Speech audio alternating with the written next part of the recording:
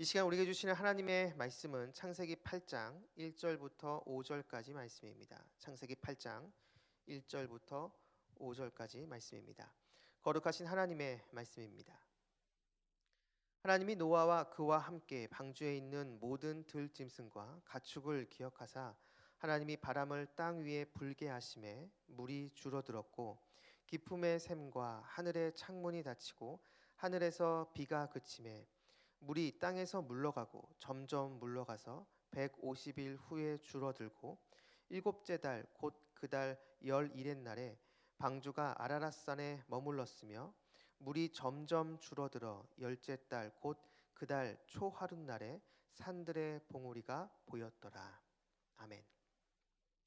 이 시간 선포되는 하나님의 말씀을 통해 여러분 모두에게 하나님의 은혜가 가득하길 축복합니다.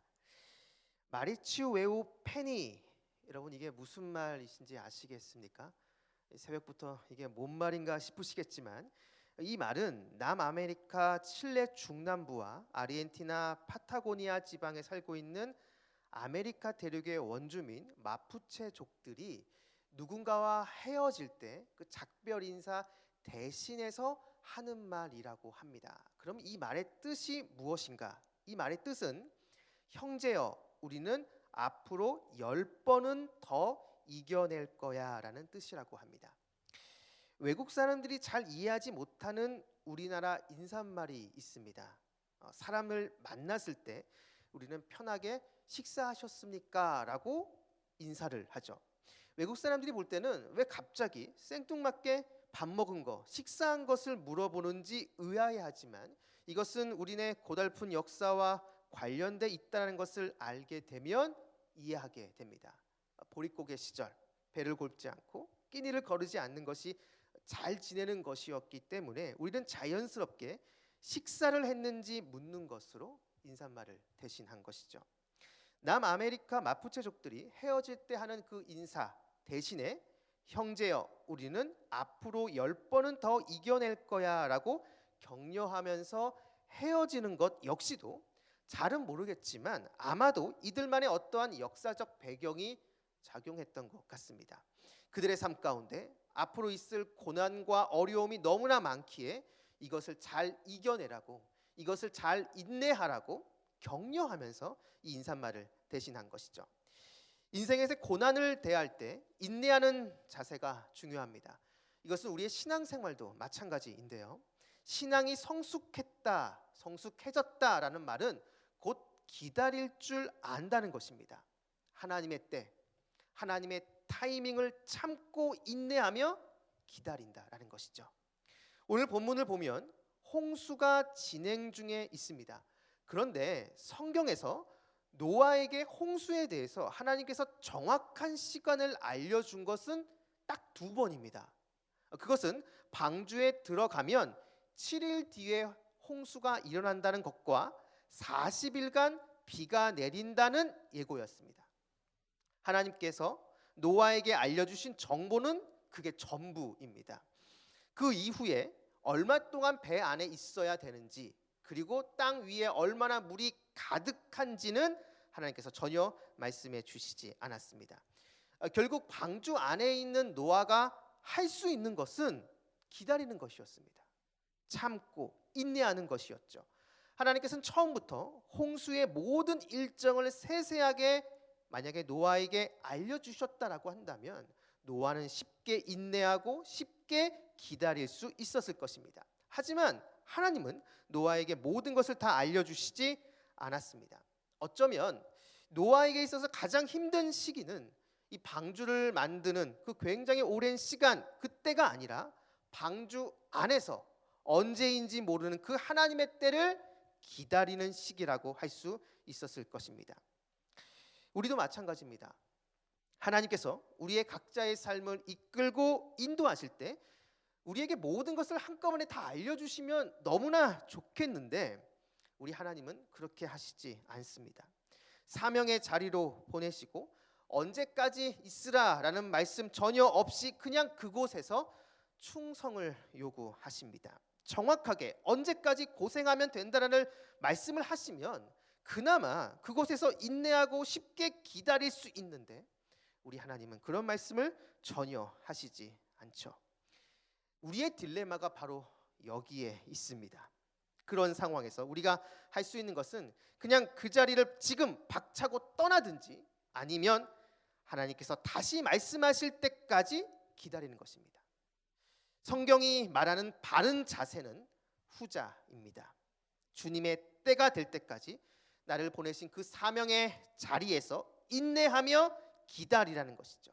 그렇게 하루하루 인내하고 또 인내하면서 기다리다가 드디어 하나님 때가 도래하게 되면 나를 향한 하나님의 다음 스텝이 진행이 된다는 것입니다. 그런데 이 기다림은 그냥 이를 악물고 기다리는 것이 아닙니다. 여러분, 그러한 기다림은 세상 사람들도 다 할 수 있는 것이죠. 성도의 인내와 성도의 기다림은 바로 기도를 통해 나타납니다. 물론 극심한 고난, 극심한 어려움을 만나게 되면 이 기도조차도 제대로 나오지 않는 것을 경험하게 됩니다. 하지만 성도는 그러한 어려움과 고난 가운데 하나님 앞에 엎드려 인내하는 존재입니다. 지금 내가 유창하게 기도할 수 없어도 그냥 내 입 밖에는 그냥 주님이라는 말밖에 나오지 않는 그러한 상황이라 할지라도 하나님 앞에 나아가 주님을 찾으며 지금 이 상황을 인내하는 존재가 바로 성도라는 것이죠. 지금 고난의 터널을 통과하시는 우리 성도님들이 계십니까? 왜 이런 일이 일어났는지 우리는 알 수 없지만 이것이 나를 향한 하나님의 그 인도하심 안에 일어난 일이라고 한다면 우리는 그 과정을 기도하며 인내하며 통과해야 됩니다. 그렇게 기도하면서 주님의 은혜와 자비를 구하며 주님 앞에 나아가면 지금은 알 수 없지만 하나님 때가 됐을 때, 시간이 흐르고 흘러서 드디어 하나님 때가 됐을 때 하나님께서 왜 그때 그렇게 하셨는지 비로소 깨닫는 날이 오게 될 것입니다. 바로 그날을 기대하면서 매일매일 기도와 인내로 나아가는 저와 여러분 우리 모두가 되기를 주님의 이름으로 축복합니다. 자, 이렇게 홍수를 인내하는 노아에게 오늘 본문을 보면 드디어 반전이 일어납니다. 물이 줄어들게 되고 드디어 방주가 산에 머물면서 육안으로 산들의 봉우리가 보이기 시작한 것이죠. 땅에 가득한 물들이 점점 빠지기 시작한 것입니다. 절망에서 희망으로 바뀌는 전환점이 시작됩니다. 성경은 그 전환점을 한 문장으로 표현합니다. 오늘 본문 1절 전반부를 보시면 하나님이 노아와 그와 함께 방주에 있는 모든 들짐승과 가축을 기억하사. 아멘. 노아 홍수의 전환점이 인간의 행동에서 시작된 것이 아니라 하나님의 행동이 대재앙에서 빠져나오는 전환점이 된 것입니다. 그것은 바로 하나님께서 기억하셨다라는 것입니다. 이 기억하다에 해당하는 히브리어 단어가 자카르인데요, 오늘 본문에서 처음 사용됐습니다. 이 단어는 단순히 인지 행위로만 생각할 수 있지만 주어가 하나님일 경우에는 단순히 하나님이 기억하셨다라는 의미가 아닙니다.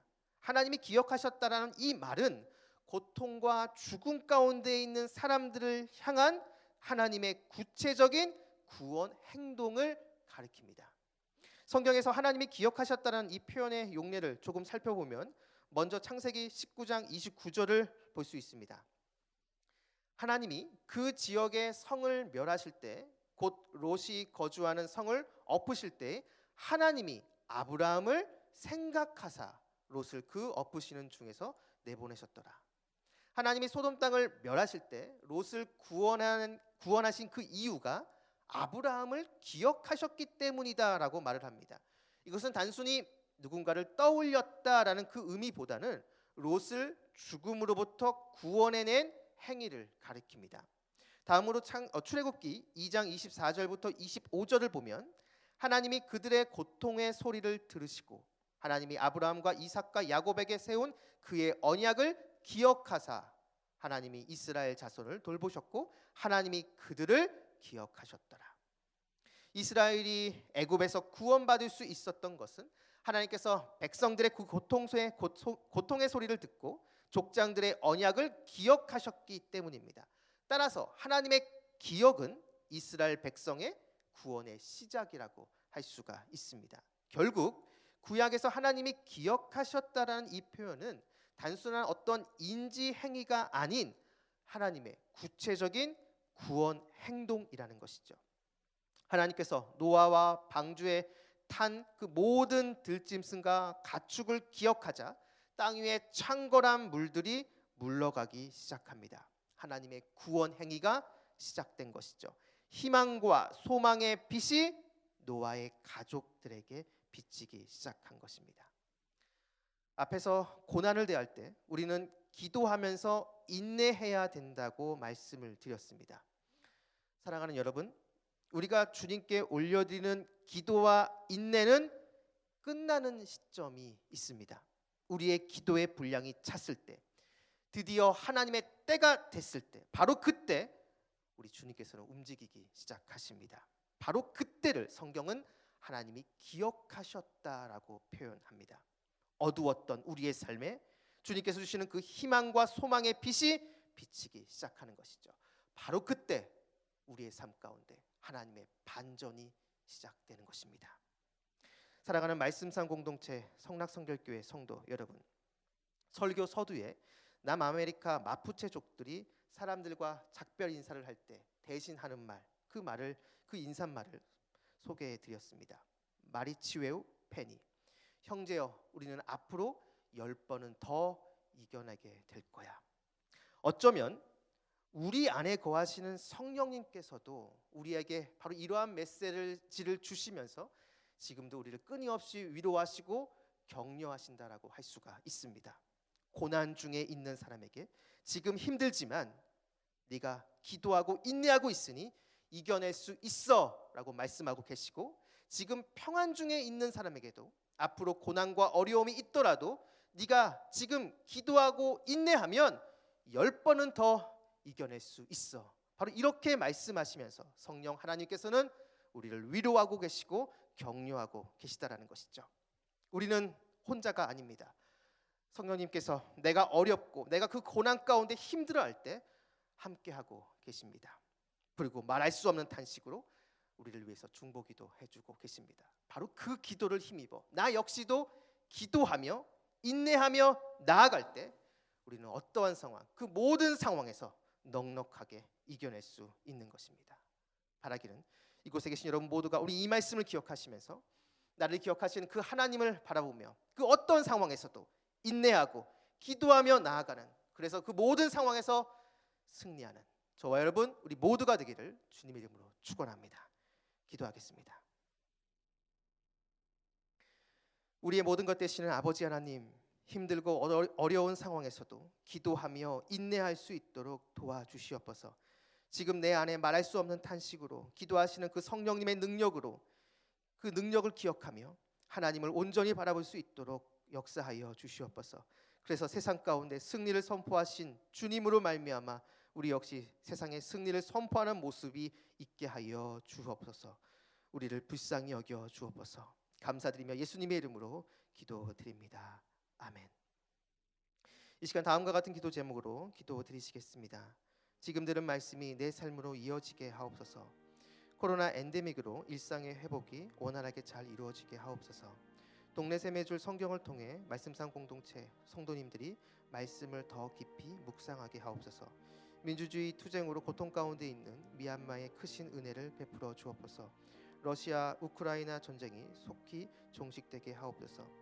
이 시간 함께 나눈 공동 기도문과 각자 가지고 나온 개인의 기도 제목을 놓고 기도하신 후에 삶의 자리로 나아가도록 하겠습니다. 다 함께 기도하시겠습니다.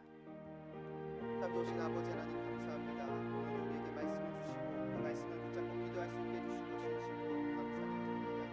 하나님, 우리 안에 계시는 성령님께서 말할 수 없는 탄식으로 우리를 위해서 중보기도하고 계시다는 그 사실을 기억하게 하여 주시옵소서. 그래서 그 기도를 힘입어 나 역시도 기도하고 인내하며 나아갈 수 있는 그러한 믿음과 그러한 모습을 우리에게 허락하여 주시옵소서. 그래서 어떠한 상황 가운데 흔들리지 않고 어려움과 아픔이 있지만 그 가운데 절망 가운데 빠지는 것이 아니라 낙심 가운데 빠지는 것이 아니라 나와 함께 하시는 그 성령님으로 말미암아